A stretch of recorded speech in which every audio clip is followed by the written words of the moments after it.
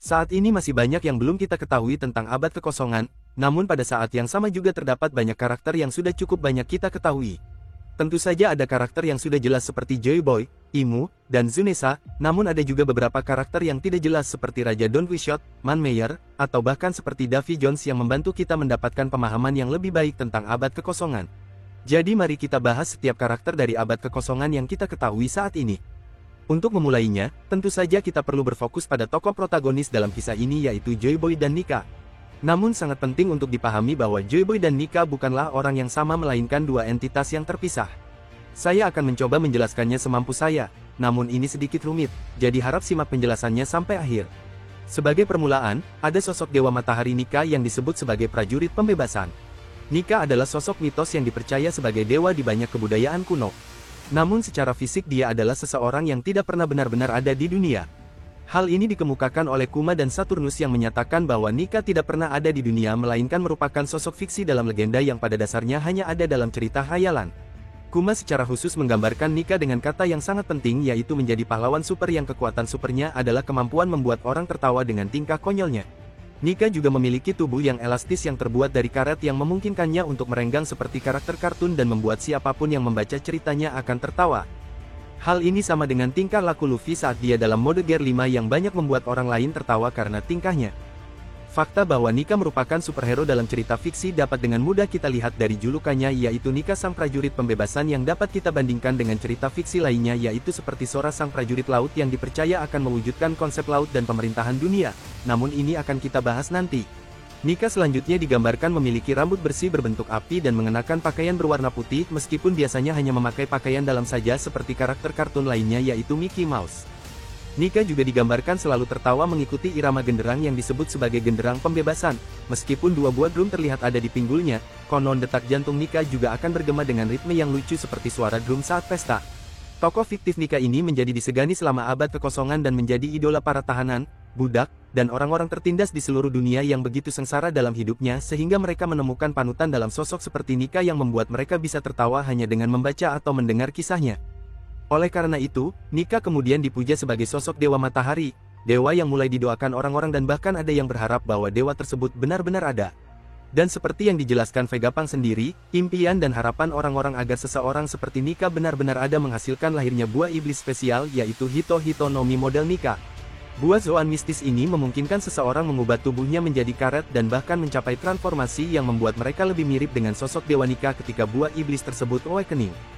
Setelah awakening dan bertransformasi menjadi wujud yang mengubah rambut dan pakaian penggunanya menjadi putih, tubuh penggunanya menjadi lebih bebas dan fleksibel hingga ke titik di mana mereka menjadi lebih lucu dan menimbulkan tawa bagi orang lain seperti halnya Dewa Nika yang ada dalam legenda.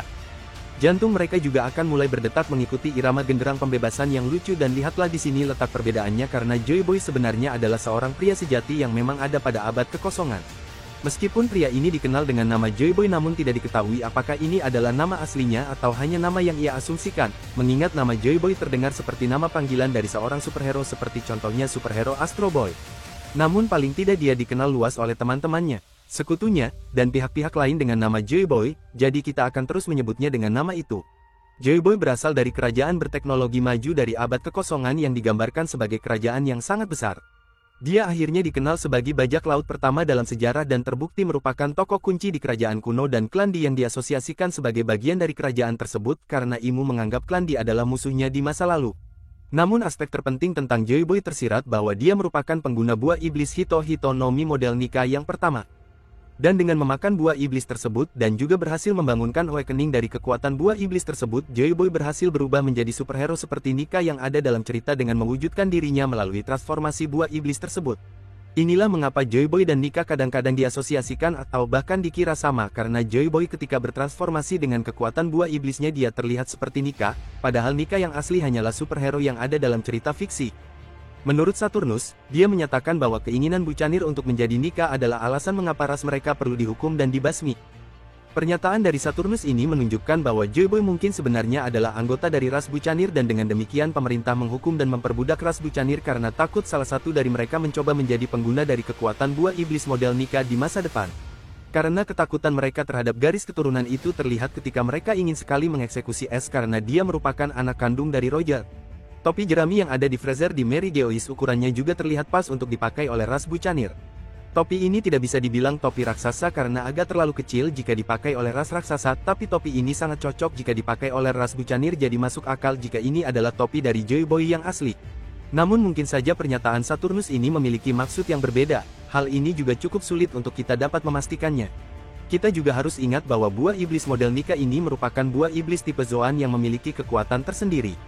Jadi meskipun Nika sendiri adalah sosok fiksi yang tidak pernah ada, namun Nika yang ada di dalam buah iblis tersebut adalah sesuatu yang memiliki kemauan sampai batas tertentu. Saya melihat hal ini ketika pengguna buah iblis tipe Zoan telah bangkit. Kemauan dari buah tersebut terwujud dalam kepribadian mereka atau bahkan mungkin dapat mengambil alih sepenuhnya kepribadian penggunanya jika tekad dari penggunanya tidak cukup kuat. Dan kita juga bisa melihat hal ini pada Luffy ketika bertransformasi menjadi Nika, saat dia mulai tertawa tak terkendali dan bahkan mengucapkan kata-kata dan konsep yang tidak seharusnya dia ungkapkan, seperti menyebut kata fajar yang merupakan sebuah konsep yang sangat terkait dengan orang-orang di dunia. Anehnya juga klan Di dan bahkan lirik dari Big Shake menunjukkan kemungkinan adanya hubungan antara lagu tersebut dengan Nika. Namun, Luffy yang mendapatkan buah iblis tersebut sekarang membuktikan bahwa Joy Boy yang asli memang sudah mati pada abad kekosongan 800 tahun yang lalu. Buah iblis tersebut bereinkarnasi ke dunia ini dan pemerintahan dunia mencoba untuk merebutnya. Namun diyakini bahwa atas kemauannya buah tersebut menyembunyikan diri selama 800 tahun dan pemerintahan dunia tidak dapat merebutnya. Mereka mengklaim bahwa buah tersebut belum pernah terbangun selama berabad-abad, meskipun tidak jelas apakah ini mengacu pada abad kekosongan, atau apakah ada pengguna lain di antara 800 tahun tersebut yang tidak pernah membangkitkan buah tersebut, atau apakah buah tersebut tidak pernah dimakan sampai Luffy memakannya di masa sekarang. Jadi setelah jangka waktu 800 tahun, Luffy menjadi pengguna baru dari buah tersebut dan oleh Tsunesa juga telah disebut sebagai Joy Boy. Tsunesa mengklaim bahwa Joy Boy telah kembali dalam bentuk pengguna baru yang telah membangkitkan buah tersebut.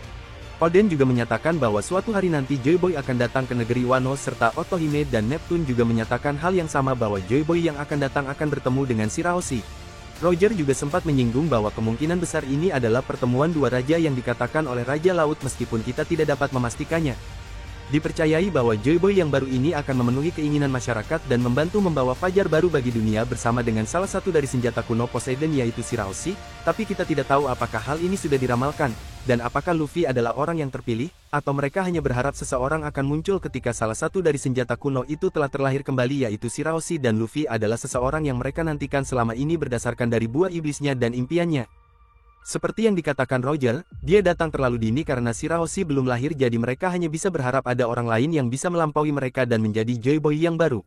Sosok Joy Boy yang baru ini kemudian diharapkan menemukan apa yang kemudian dikenal sebagai One Piece, yang merupakan harta karun yang tertinggal di pulau rahasia terakhir di Grand Line yang terkait dengan Joy Boy dalam beberapa aspek.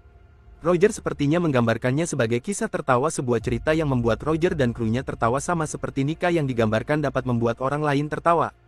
Saya pribadi berspekulasi bahwa kisah tertawa ini mungkin merupakan kisah asli yang dibintangi oleh Nika, namun perlu diingat bahwa itu hanyalah spekulasi pribadi saya. Ngomong-ngomong soal ini, Joy Boy sudah berjanji dengan penduduk Pulau Manusia Ikan yang melibatkan kapal Noah, yang menurut Neptunus bahwa Ratu Otohime dulu mempunyai mimpi suatu saat manusia ikan dapat hidup berdampingan dengan manusia di atas permukaan laut. Hal ini berarti bahwa kapal Noah dimaksudkan untuk membantu emigrasi para penduduk Pulau Manusia Ikan. Karena hanya Poseidon yang dapat memindahkan kapal Bahtera tersebut dengan cara memerintahkan para raja laut untuk menyeret rantai besar yang ada pada kapal Noah. Namun Joy Boy meninggal dunia tanpa bisa menepati janjinya, sehingga ia meninggalkan surat permintaan maaf dalam bentuk poneglyph. Penduduk Pulau Manusia Ikan bersumpah untuk melindungi kapal Noah selama berabad-abad hingga munculnya kembali sosok Joy Boy yang dapat bertemu kembali dengan Poseidon yang baru dan memenuhi janjinya.